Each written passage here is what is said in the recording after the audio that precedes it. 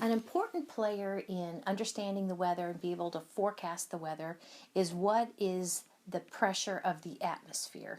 And this actually goes back to something that we talked about before, that if if matter is in its gaseous state, so I'm drawing a box and I'm drawing little particles that are gas particles in here, okay? If they're in their gaseous state, then they have a lot of kinetic energy. So I'll draw a big old arrow, and I'm going to draw those gas particles pounding against the side of their container, which happens to be a box. Okay, those purple arrows actually represent the pressure of the gas. Now down here, we actually have a parcel of air. And within that parcel of air, I don't know if you can see, we have the little green nitrogen molecules of gas, and we have the cute little red oxygen molecules and the little Mickey Mouse water vapor. So actually we have 3 gases in here. And this could be a chunk of air. And they are basically banging around. They're not contained, but they are banging onto things. They're banging onto you, banging onto me, creating a pressure. Okay? So that actually is the pressure of the gas particles in the atmosphere. In the atmosphere of any planet has a pressure associated with it. So, for instance, you might gas up your tire, and your tire might be, you might need to go, to a gas pressure of 65 psi. 65 psi means 65 pounds, that's a force, per 1 square inch. 1 inch squared. Okay, that is 65 psi. Now, in weather, we don't generally use pounds per square inch. I'm going to introduce what they are. But before I do that, I want to kind of note, and I think I said this a minute ago, we have 3 gases here, and they are all collectively, how do I want to say, the pressure of the N2 plus the pressure of the O2 plus the pressure of the H2O is equal to pressure total.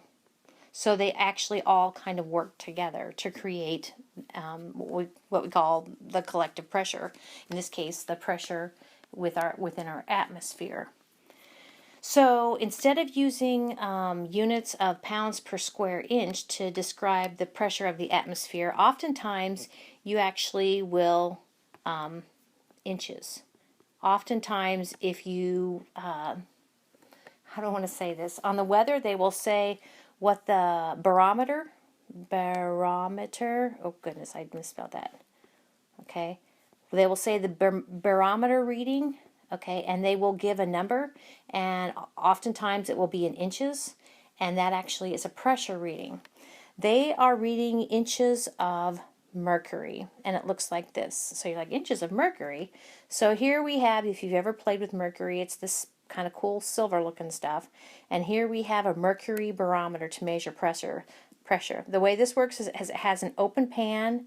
It has actually a glass tube that is open here, so the mercury can kind of go up the column and it can kind of fall down. Now, depending upon the pressure of the atmosphere here, kind of in orange, and I've added green here, as it beats against this open pan, it will shove mercury up, or mercury will fall down. And so when they say inches, they literally, on a mercury barometer, are measuring this height. Okay, so that's that. Now, so that's if you are like doing the weather. They'll tell you the barometer and the barometric pressure, and they'll be in inches of mercury. Now, on weather maps, oftentimes they use millibars. Millibars, of course, you recognize milli as 1/1000th of a bar. Millibars are abbreviated MB. And actually, as we start looking at weather maps, our pressures are going to be given in millibars, not inches. Normal sea level pressure, I think, is 1013 millibars. Okay, I'm pretty sure.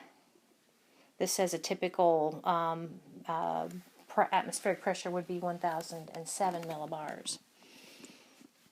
So this is just kind of a quick introduction to the concept of the pressure of the atmosphere.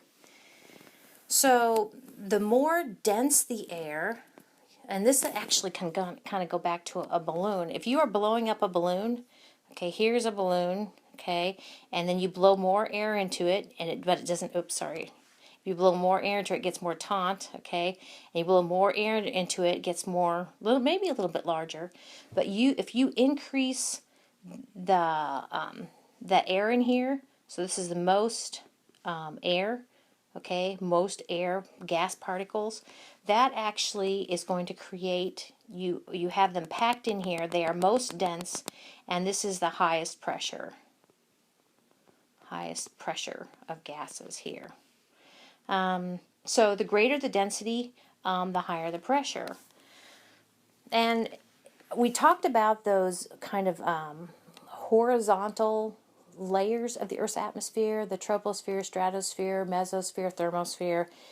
And remember I said that the troposphere, I'll just put T down here, is actually where the gas is most dense, okay? And that's actually what we're seeing here. So in the troposphere, since it's most dense, this is going to be the highest pressure, and it's going to get lower pressure as you go up. And this is one of the things, like for instance, if you climb a mountain, the air gets thinner. Well, does that not look thinner? Okay, so as the air is thinner, also there's less pressure. So this is kind of a handy little, it actually has the the x-axis down here. These are in pressures of millibar. Remember millibar pressure. Remember I said that sea level pressure is about 1,013 millibars. Okay, so that's what we kind of have down here in the troposphere. And then as you go up, and actually the troposphere, even if you climb Mount Everest, you're still in the troposphere, and then we have the tropopause and up in the stratosphere here. But even within the troposphere, notice that as we go up, the pressure gets less. The air gets thinner. Okay, you need to condition yourself to having low oxygen up here as compared to down there. So I bet that works for you. Okay, now this actually creates, this is the first time I'm going to show you this term, a pressure gradient. So I'm just going to put an H, and actually we see these on a weather map. I'll choose purple. I'm going to put an H for high pressure, and I'm going to put an L for low pressure up here. Okay, so we have a pressure gradient. If I go from position, call that position A, to position B, where, okay, and we're going to see actually that tendency is for air to want to move from a high to a low pressure. So this is actually what we call a pressure, a vertical, because it's not horizontal, it's vertical pressure gradient.